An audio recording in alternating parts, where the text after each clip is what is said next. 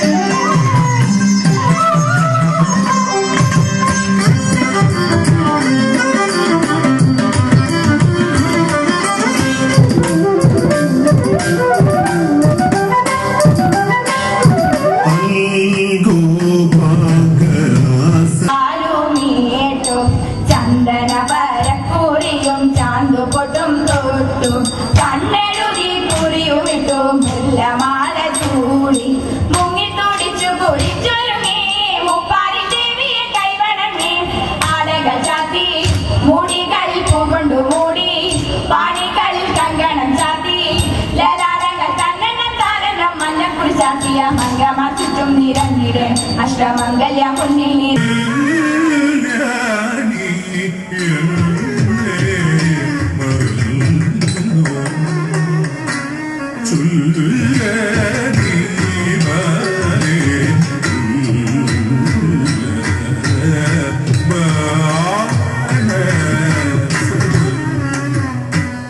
High school കലോത്സവത്തിന് തിരശ്ശീല വീഴുമ്പോൾ കിരീടം ഉറപ്പാക്കി ഹയർ സെക്കൻഡറി വിഭാഗത്തിൽ 2 ഇനങ്ങൾ ബാക്കി നിൽക്കെ 346 പോയിന്റ് നേടിയാണ് ഹൊസൂർ കിരീടത്തിലേക്ക് കുതിച്ചത്.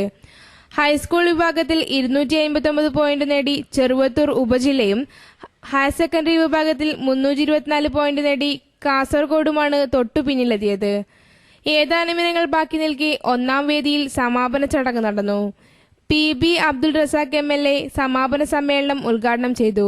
NA നെല്ലിക്കുന്ന് MLA അധ്യക്ഷത വഹിച്ചു.